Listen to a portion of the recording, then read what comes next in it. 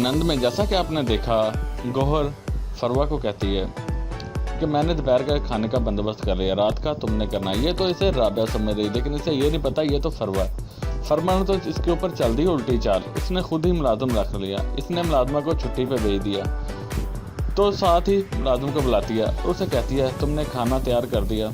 तो वो बताता है कि हाँ जी मैंने खाना तैयार कर दिया। गौहर तो इसकी तरफ देखती रह जाती। गौहर कहती कि ऐसे इसे रख लिया कि आगे पीछे इसका पता किया है। तो फरवा कहती है इसके माँ बाप 20 साल से मेरे घर में काम कर रहे हैं और मुझे पता है किसको रखना है। ये बात सुनकर गौहर के तो होश ही उड़ जाते हैं।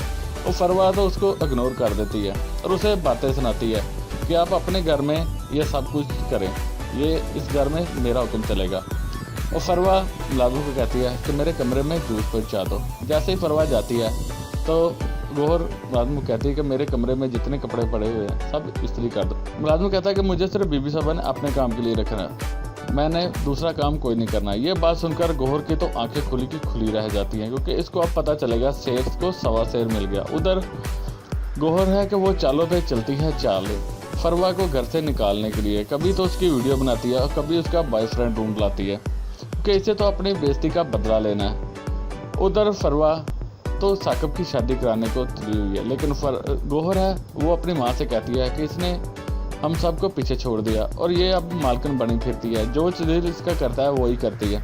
जंगीर की माँ जंगीर से कहती है कि मैं राबिया का तुम्हारे लिए हाथ मांगूंगी और उससे तुम्हारी शादी करवाऊंगी।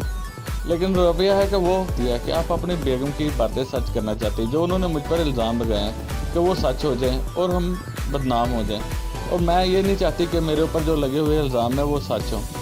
लेकिन गौहर है कि वो पीछा नहीं छोड़ती फरवा का और फरवा का गिरबान दबाती है। और ये बात हसन को बहुत बुरी लगती है।